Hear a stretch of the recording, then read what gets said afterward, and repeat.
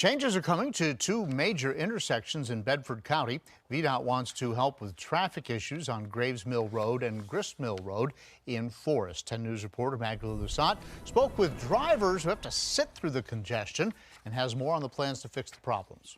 Mark Knutson is used to traffic because he lived in Los Angeles, but never expected something like this.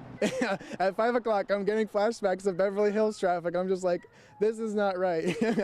Knutson drives through Graves Mill Road and Grist Mill Drive every day to and from work. A drive that should take about 10 minutes, but I honestly expected to take like a half an hour longer to get home just because of those turning lanes. Right now, there is only one turning lane at both Graves Mill Road and Route 221 and Grist Mill Road 221 intersections.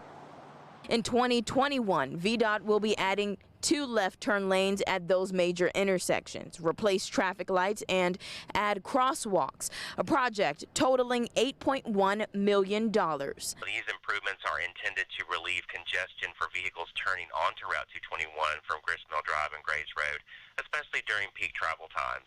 Then in a separate project slated to start in 2022, VDOT will add sidewalks along Forest Road. This would also include some pedestrian signals and crosswalks. VDOT says construction is still a while out, but they're on track for both projects. As for Knutson, he's just glad something is being done. I think this is really great. I'm looking forward to it, so thank you. In Forest, Magdalena Lusant, 10 News, working for you.